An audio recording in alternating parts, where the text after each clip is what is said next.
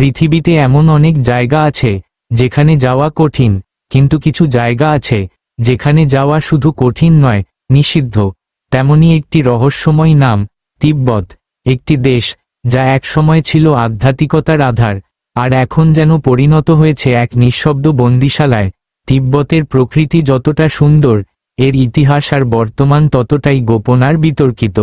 1950 সালে চীন সরকার তিব্বতে প্রবেশ করে এবং এক সময়ের স্বাধীন এই দেশটিকে নিজেদের অংশ ঘোষণা করে। এরপর থেকেই ধীরে ধীরে বদলে যেতে থাকে তিব্বতের চেহারা।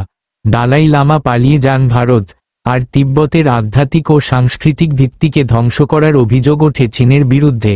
কিন্তু প্রশ্ন একটাই, চীন কেন এত চেষ্টা করে তিব্বতের তথ্য গোপন রাখতে? তিব্বতের অনেক এলাকায় আজও বিদেশিদের প্রবেশ নিষিদ্ধ বা কঠোরভাবে নিয়ন্ত্রিত। অনুমতি ছাড়া ঢোকা যায় না, এমনকি ঢুকলেও আপনার প্রতিটি পদক্ষেপ নজরদারির আওতায় থাকে। স্থানীয় গাইড, যারা হয়তো সরকারি গোয়েন্দা, আপনার সঙ্গ ছাড়ে না। আপনি যা দেখবেন তা নিয়ন্ত্রিত, আপনি যা জানতে চাইবেন তার অনেক উত্তরই গোপন। অনেক গবেষক এবং পর্যবেক্ষকের মতে তিব্বতের গভীরে এমন কিছু গোপন রহস্য লুকিয়ে আছে যা আধুনিক সভ্যতার জন্য বিপজ্জনক হতে পারে। বিশ্বাস করা হয় এখানে লুকিয়ে আছে প্রাচীন তান্ত্রিক শক্তি, আছে এমন জ্ঞান যা মানুষকে অতিপ্রাকৃত ক্ষমতা দিতে পারে। এমনও শোনা যায় তিব্বতের নিচে আছে গোপন সুড়ঙ্গ, যা এক ভিন্ন জগতের প্রবেশদ্বার। তিব্বতের পুরনো ধর্মগ্রন্থ ও প্রথা অনুসারে এখানে এমন মঠ আছে যেখানে গোপন সাধনা হয় শুধুমাত্র নির্বাচিত সন্ন্যাসীদের মাধ্যমে। তারা বাইরের জগৎ থেকে বিচ্ছিন্ন, তাদের কথা বলা নিষেধ, তাদের অভিজ্ঞতা নথিভুক্ত করা নিষেধ, এমনকি তারা কি শিখছে তাও কেউ জানে না। তাহলে প্রশ্ন আসে, চীন কেন এত উদ্বিগ্ন? দালাই লামা বারবার আন্তর্জাতিক সম্প্রদায়ের দৃষ্টি আকর্ষণ করেছেন। তিনি বলেন, তিব্বতের সংস্কৃতি ধ্বংসের মুখে। তিব্বতের সাধারণ মানুষ আজ বন্দী এক শান্ত জেলে। তাদের কণ্ঠরোধ করা হয়েছে, তাদের পরিচয় মুছে ফেলা হচ্ছে ধীরে ধীরে। আর পৃথিবী তাকিয়ে আছে, কিন্তু বলছে না কিছুই। তিব্বত এখন শুধু একটি ভূখণ্ড নয়, এ এক প্রতীক, একটি নীরব প্রতিরোধের নাম, যেখানে হাজার বছরের জ্ঞান মুখোমুখি আজ আধুনিক রাজনৈতিক শক্তির, যেখানে আধ্যাত্মিকতা প্রতিদিন হার মানছে আধিপত্যের ভারে। এটা শুধুমাত্র চীনের অধীনে পড়ে থাকা একটি অঞ্চল নয়, বরং এটা এক লুকানো ইতিহাসের কবরস্থান, যার প্রতিটি ধ্বংসপ্রাপ্ত মঠ, পোড়া ধর্মগ্রন্থ আর স্তব্ধপ্রায় সন্ন্যাসীর চোখে লুকিয়ে আছে এক গভীর আরতি।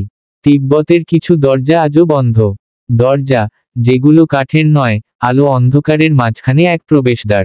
সেই দরজার ওপাশে লুকিয়ে থাকতে পারে এমন কিছু যা বদলে দিতে পারে আপনার বাস্তবতা বোঝার ক্ষমতাকেই।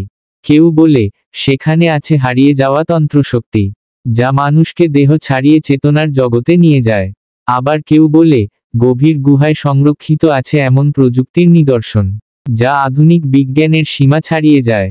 তিব্বতের পুরনো সাহিত্যে শাম্বালা নামে এক গোপন রাজ্যের কথা বলা হয়েছে, যেখানে নাকি বাস করেন এমন সত্তারা যারা মানব সভ্যতার প্রকৃত ইতিহাস জানেন। তাদের ভাষা নেই, তারা ভাবের মাধ্যমে যোগাযোগ করেন। তাদের কাছে সময় একটা অনুভূতি মাত্র, এবং তারা শুধু তাকেই প্রবেশের অনুমতি দেন যে নিজের অহংকে ত্যাগ করে সত্যকে গ্রহণ করতে প্রস্তুত। তাহলে ভাবুন, চীন যদি শুধু রাজনৈতিক আধিপত্য চাইত, তবে কেন এত শতাব্দী প্রাচীন মঠ ভাঙা হলো? কেন এত নিষেধাজ্ঞা, এত গোপনীয়তা? কি এমন আছে যা এক শক্তিশালী রাষ্ট্র পর্যন্ত ভয় পায়? আপনি কি ভাবতে পারেন তিব্বতের কোনো নির্জন উপত্যকায়, কোনো পাহাড়ের গহীনে আজও হয়তো কেউ ধ্যান করছে, একটি প্রাচীন শক্তিকে জাগিয়ে তোলার অপেক্ষায়? এই প্রশ্নগুলো শুধু তিব্বতকে ঘিরে নয়, এই প্রশ্নগুলো আমাদের বিশ্বাসকে ঘিরে, আমাদের সভ্যতাকে ঘিরে। আপনি কি বিশ্বাস করেন তিব্বতে সত্যিই এমন কিছু লুকানো আছে? এমন কিছু যা আজও মানবজাতি জানে না, জানার অনুমতি পায় না? হয়তো তিব্বতের সেই রহস্য একদিন উন্মোচিত হবে, হয়তো হবে না, কিন্তু ততদিন পর্যন্ত তিব্বত আমাদের চোখের সামনে থেকেও এক অদৃশ্য রহস্যে ঢেকে থাকবে। একটি প্রশ্ন রেখেই শেষ করছি, আপনি কি সেই অদৃশ্য দরজার ওপাশে পা রাখতে সাহসী?